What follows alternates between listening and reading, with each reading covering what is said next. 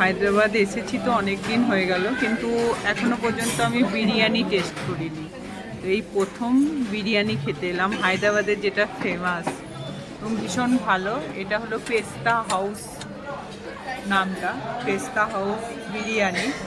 তো অনেক রকম বিরিয়ানি খেয়েছি, এইটা একবার ট্রাই করে দেখি কেমন।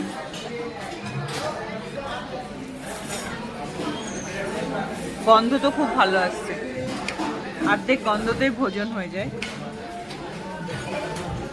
ফার্স্ট টাইম হায়দ্রাবাদে বিরিয়ানি।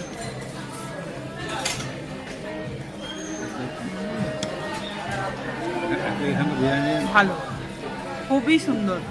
এখানকার যা নাম বিরিয়ানির, আমি একমত। খুব সুন্দর বিরিয়ানি, এখানকার মতন বিরিয়ানি কোথাও হবে না। চলুন খেয়ে নিই।